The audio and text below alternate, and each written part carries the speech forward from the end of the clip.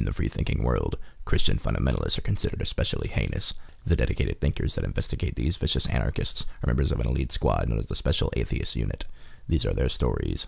And you also say that we're sexist.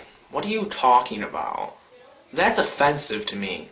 It really is offensive to me, because I see in no way does God ever say that men should just beat their wives and we're just a superior being. Men and women have different roles. They're made equally. They have different roles. If you read the Bible, you read in Ephesians that the man is the leader of the house, and that the woman's job is to support and love her husband, and the husband's job is to take care of her and provide for her. And when the woman feels that her husband can no longer make the decisions for God, she has the right to step in. She also has the right to divorce just as equally as God, just as equal as man, if she feels that he's being unfaithful or not serving the Lord as their marriage dictates. So where are you getting this idea of sexism?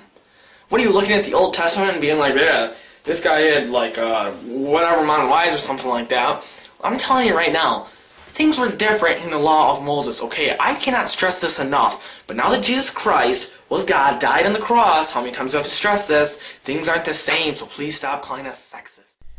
Sexism has little to do with beating your wife. That would be domestic abuse, a totally different issue. In fact, you blatantly contradicted yourself in your video. First you said... And you also say that we're sexist. What are you talking about? That's offensive to me. And then you said... Men and women have different roles. They're made equally. They have different roles. This is an obvious contradiction. Sexism is literally the idea that one gender is inferior to another. The Bible you worship clearly expresses this.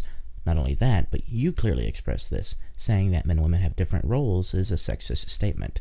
No matter how equal you call men and women, suggesting that men and women have different and specific roles in the household is an implication of putting each male and female in a gender-specific environment. That's the epitome of sexism. To say that the man is the provider and the woman is the homemaker is very 1950s of you.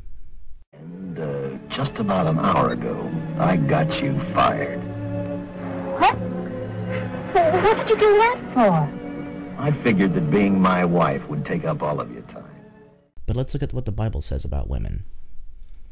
1 Corinthians 11:8, for the man is not of the woman, but the woman of the man.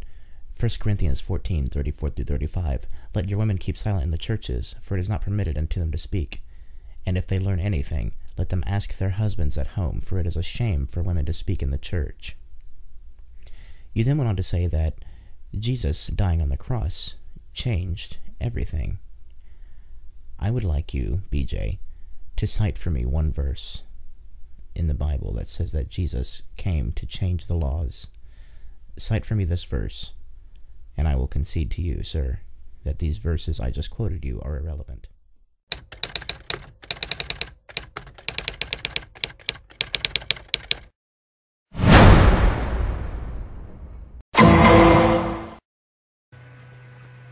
Hello, this is a follow-up video of my response to gay Christian networks aren't designed for homosexuality. I also made this message around the same time. I cannot anatomically and scientifically agree that homosexuality is in any way normal. I cannot agree that it's genetic or on any level conducive to our body's makeup. Apart from scientific reasoning, as I read the Bible, I am led further to deny the normality of homosexual behavior. Leviticus 18 and verse 22 and 20 verse 13, and 1 Corinthians 6, 9 through 10, Matthew 19, 4 through 6. Most atheists who are familiar with the Bible know these laws very well. More to the point, we also disagree with them.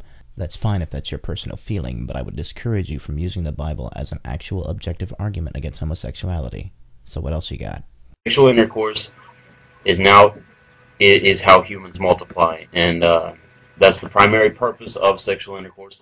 A man cannot reproduce with another man, and a woman cannot reproduce with another woman. Oh, so you think sex is explicitly about reproduction. From an evolutionary perspective, yes, sexual activity is used as reproduction in animals. However, all animals, including humans, also have sex for pleasure. That's why we invented contraceptives, condoms, and in some families, the man will get a vasectomy and the woman will have her knees sewn together. More importantly, if sex is just about reproduction and this is why you don't agree with homosexuality, then tell me, are you okay with a man who is sterile having sex with a woman who is fertile? Sex, be it through a vagina or anus, isn't explicitly for reproduction, and homosexuality is no different. It's for pleasure. Animals have gay sex too. Just watch this.